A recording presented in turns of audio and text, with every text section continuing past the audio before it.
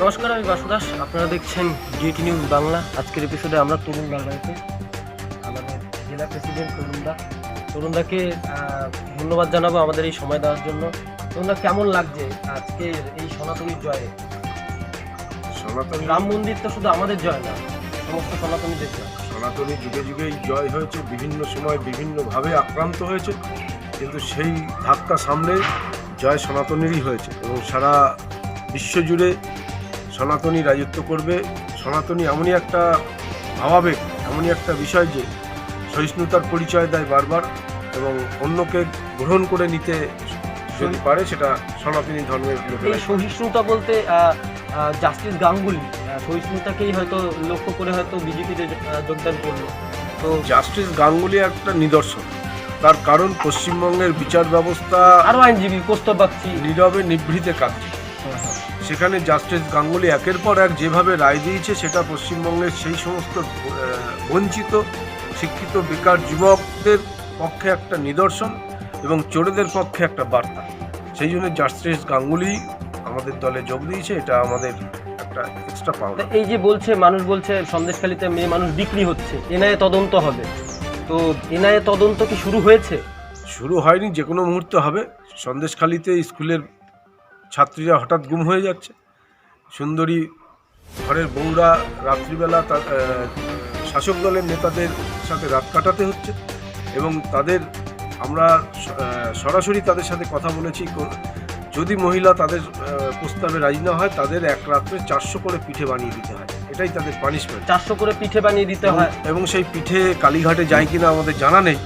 তো এই যে সেখানকার মহিলাদের দুরবস্থা এবং তারা যদি তাতে রাজি না হয় তাদের ঘরের স্বামীদের উপর অত্যাচার হয়, মার হয়, পেটাই হয় এবং তাদের হসপিটালাইজ করার জন্য যদি যেতে যায় সেটা তো বাধা সৃষ্টি হয়। পরিস্থিতি এরকম অপূর্ব আছে।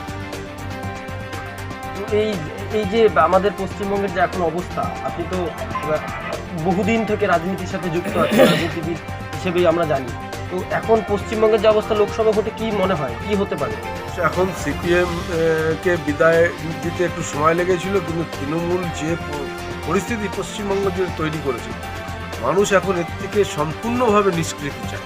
গত বিধানসভায় যেমন সিপিএম কংগ্রেস শূন্য হয়ে গেছিল, এখন লোকসভায় নরেন্দ্র মোদীর আদর্শ, নরেন্দ্র মোদীর নীতি, নরেন্দ্র মোদীর শাসন পন্থা যেভাবে ভারতবর্ষ শুধু নয় বিশ্বব্যাপী প্রভাব ফেলেছে, মানুষ নিশ্চয়ই এটা ভাববে এবং তৃণমূলের মতো একটা অস্বচ্ছ রাজনৈতিক দলের থেকে তারা পরিত্রাণ চায়। আপনি এই যে পশ্চিমবঙ্গের লোকসভা ভোট এসেই গেছে নাকের ডগায় এখন, তাই তো? তো এখন মানে কটা আসন আপনারা ভাবছেন যে চলে আসবে আপনাদের দখলে থাকছে? আমাদের গৃহমন্ত্রী সেটা বলে দিয়েছেন এবং আমরা সেইভাবেই লড়ছি এবং আশা করি মানুষ আমাদের সেই দাবি বা সেই আশা পূরণ করবে। মানুষ উত্তর দেবে, আপনি বলতে চাইছেন। আচ্ছা, এই উত্তর 24 পরগনায় আপনি দায়িত্বে আছেন। পশ্চিমবঙ্গের প্রথম কাঠামো বলতে শিক্ষা, স্বাস্থ্য আর বাসস্থান আমাদের দরকার, যারা একদম নিষ্পেষিত পিছিয়ে পড়ছে। যে প্রাইমারি শিক্ষা ব্যবস্থা থেকে ইংরেজি তুলে দিয়ে শিক্ষা ব্যবস্থার মেরুদণ্ড ভেঙে দিয়েছিল এবং সেই সময় থেকে প্রাইভেট স্কুলের যে রমরমা তৈরি হয়েছিল, আর এখন এই 12 বছরে সরকারি স্কুলগুলো একেবারে মানে সাংঘাতিক দুরবস্থার মধ্যে দিয়ে চলছে। আর ইচ্ছাকৃত পরিকল্পিতভাবে এটা করা হয়েছে, তার কারণ যেগুলো প্রাইভেট স্কুল আছে সেগুলো যাতে রমরম নিয়ে চলে। আজকে গ্রাম বাংলার মানুষ ওই সরকারি স্কুলে ছাড়া প্রাইভেট স্কুলে তাদের যাওয়ার মতো মাস্টারমশাই নেই, স্কুলে মাস্টারমশাই নেই, স্কুলের কোনো কৃষ্টি কালচার বলে নাটকের দল নেই, হ্যাঁ, কোনো আলাদা কোনো শিল্পকর্ম নেই, শুধুমাত্র পড়াশোনা। সেখানে মাস্টারমশাইও নেই ঠিক করে। তো এইভাবে তো স্কুলগুলো বন্ধ হয়ে যাচ্ছে। আমি অনেক স্কুল আছে অশোকনগরের, যে আমি নিজের চোখে দেখছি স্কুলগুলো বন্ধ হয়ে যাচ্ছে, বাচ্চারা স্কুল ইংলিশ মিডিয়ামে চলে যাচ্ছে, কারণ সেই ঠিক করে শিক্ষা ব্যবস্থার কাঠামোটা দেখতে পাচ্ছে না তারা। বামফ্রন্ট থাকাকালীন দীর্ঘ সময় ধরে প্রাইমারি স্কুলে নিয়োগ ছিল না, হাজার হাজার পদ ফাঁকা ছিল। আর তৃণমূল কংগ্রেস সরকারে এসে সেই পদগুলো টাকার বিনিময়ে বিক্রি করে অযোগ্য লোকেদের বসিয়ে দিয়েছিল। সেই জন্যে তারা নিজেরা ওই ক্লাস 4-5 অঙ্কটা সলিউশন করতে জানে না। যদি ছেলেরা অঙ্ক জিজ্ঞাসা করতো তাদের মার খেতে হতো। এই অযোগ্যদের আজকে চাকরি বিক্রি করে তৃণমূল নিজেদের পকেট ভরিয়েছে কিন্তু শিক্ষা ব্যবস্থাকে পঙ্গিকতর করে দিয়েছে। একইভাবে প্যারা টিচার নিয়োগ করে দিয়েছে, যেমন স্বাস্থ্যক্ষেত্রে তাই হয়েছে, প্রশাসনিক ক্ষেত্রেও তাই হয়েছে। পার্মানেন্ট পোস্টে তাদের চাকরি না দিয়ে তাদেরকে চুক্তিভিত্তিক সিভিক ভলেন্টিয়ার, চুক্তিভিত্তিক মুখ্যমন্ত্রী বলছে 7 দিন ট্রেনিং দিয়ে তাকে নার্সের চাকরিতে বহাল করাতে। এই যদি আমাদের প্রশাসনের মাথায় যিনি প্রশাসক বসে আছেন তার মাথায় যদি এত উর্বর ভাবনা থাকে, তাহলে সেই রাজ্যের অগ্রগতি কতটা হতে পারে সেটা আমাদের আর ভাবার অপেক্ষা থাকে না। তো আপনি যদি একটুখানি একবার এই কথার মধ্যে যেটা বলতে পারেন যে লোকসভা আপনি তাহলে নিজে কিভাবে দেখছেন, আসনটা কথা হতে পারে? আসন 35 হবে এবং আমরা 35 হবে। পশ্চিমবঙ্গের মানুষের বেশিও হতে পারে না, কমও হতে পারে, বেশি হয়ে যেতে পারে, বেশি হতে অল আউট হয়ে যেতে পারে তৃণমূল। কারণ মানুষ একটাই স্লোগান তুলছে, নারীরা আজকে আতঙ্কিত এবং নিপীড়িত, ধর্ষিত, এবং চাকরি শিক্ষিত যারা স্কুলে পড়ছে আজকে পড়াশুনো করতে যাওয়ার আগে তারা 14 বার ভাবছে যে চাকরি তো বিক্রি হয়ে যাবে, চাকরি তো পাবো না, তাহলে আমাদের কি ওই পরিযায়ী শ্রমিক হয়ে থাকতে হবে? মানুষ পরিযায়ী হয়ে কি থাকবে সেটা আপনার, সেটাই এখন প্রশ্ন পশ্চিমবঙ্গে। তো এখন প্রশ্ন আরেকটাও যে কবি সুমন একটা গানে আমি শুনেছিলাম, তো সেখানে বলেছিল মানুষ জাগবে তবেই কাটবে অন্ধকারের ভোর। তো আপনি কি মনে করছেন যে সন্দেশখালীর মায়েরা মানে জেগেছে, মানুষ জেগেছে সন্দেশখালী এবং পশ্চিমবঙ্গের মানুষ জেগেছে? সন্দেশখালীর মায়েরা তো জেগেছেই, তারা আতঙ্কে ভয়ে তারা মুখ খুলতে পারছে না। তাদের যদি বলা হয় এখানেই সারা রাত দাঁড়িয়ে থাকতে হবে, তাদের তাই করতে হবে। আপনি তো সন্দেশখালীতে নিজে গেছেন, বহুবার গেছেন, তো কি মনে দেখলেন, কি দেখলেন, কিরকম? এবং তাদের চোখে মুখে দেখলে বোঝা যাচ্ছে তারা কতটা আতঙ্কিত।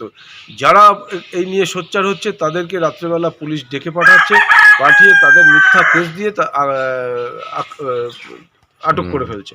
এবং গত পরশুদিনও এরকম 2জন ব্যক্তিকে আটক করেছে যারা এই মহিলাদের পরে অত্যাচারের প্রতিবাদ করেছিল। আর কোনো অভিযোগ নেই তাদের বিরুদ্ধে, তাদের ডেকে তাদের মিথ্যা কেস দিয়ে আটক করে দিয়েছে। তাহলে এবার আমাদের যেটা প্রশ্ন, মেন প্রশ্ন, তাহলে শিক্ষা ব্যবস্থার জন্য কি যে মাস্টারমশাইরা রাস্তায় আছে তারা তাহলে সরকার বদলালে কি আপনি মনে করছেন যে আগে তাদের জন্য কিছু করা হবে? একদম যোগ্য ব্যক্তিদের সঠিক জায়গায় যদি দায়িত্ব না দেওয়া যায় তাহলে সেই সংস্থা কখনোই চলতে পারে না, সে যেখানেই হোক। সেই জন্যে যারা আজকে অভিজিৎ গাঙ্গুলি যেই বিজেপিতে যোগ দিলেন, মমতা ব্যানার্জি বলছেন বহু লোকের চাকরি খেয়েছো। আরে চাকরি খেয়েছো, তুমি তো চাকরি চুরি করেছো, উনি তো সেই চোরেদের ধরেছে, উনি তো সঠিক লোকের বিরুদ্ধে ব্যবস্থা নেয়নি। এটা বুঝতে হবে। সেই জন্য এই সরকারের পতন অবশ্যই দরকার, তা নাহলে মানুষ কিন্তু আরও ভুগবে। তাহলে মানুষ জেগেছে বলছেন? অবশ্যই জেগেছে, নাহলে এত প্রতিবাদ হতো কেন? মানুষ জেগেছে দাদা, অবশ্যই মানুষ জেগেছে। কিভাবে দেখছেন মানুষ কিভাবে জেগেছে বলবেন? সন্দেশখালীর নারীরা যেভাবে ঝাঁটা লাঠি নিয়ে পথে নেমেছে, যে প্রতিবাদের ঝড় তারা তুলেছে, সেই প্রতিবাদ আজকে সারা বাংলা জুড়ে হচ্ছে। আগামী দিন সারা বাংলা ছড়িয়ে মানুষ জেগেছে দাদা, মানুষ জেগেছে। কিরকম ভাবে দেখলেন মানুষ জেগেছে? সন্দেশখালী সারা পশ্চিমবঙ্গের মহিলা যেভাবে অত্যাচার বা ভোগ করছে, বা যেসব চাকরি বাকরির জন্য যারা সুবিধা অসুবিধা তাদের তো হচ্ছে না, এই চোরেদের দল সুবিধা অসুবিধা বলতে চলে যায়, সেই আশা আকাঙ্ক্ষা। দিদি ভাই, মানুষ জেগেছে? মেয়েরা, সন্দেশখালীর মায়েরা কি জেগেছে বলে মনে করছেন? হ্যাঁ, জেগেছে।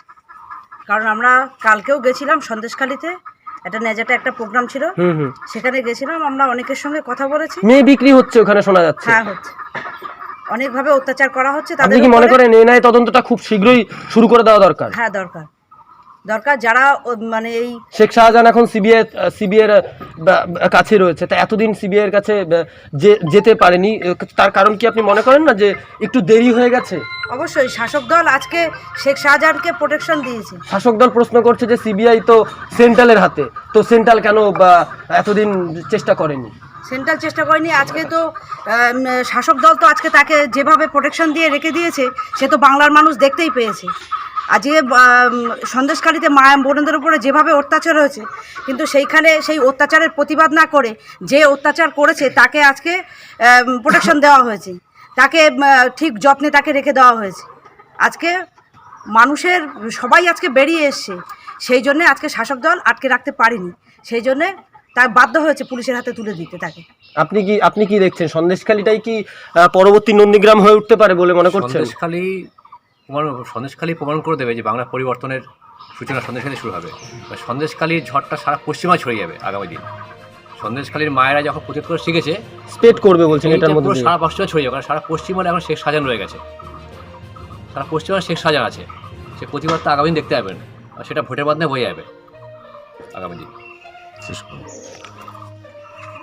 ক্যামেরায় দিলীপ দাসের সাথে বাসু দাসের রিপোর্ট, ডিএটি নিউজ বাংলা।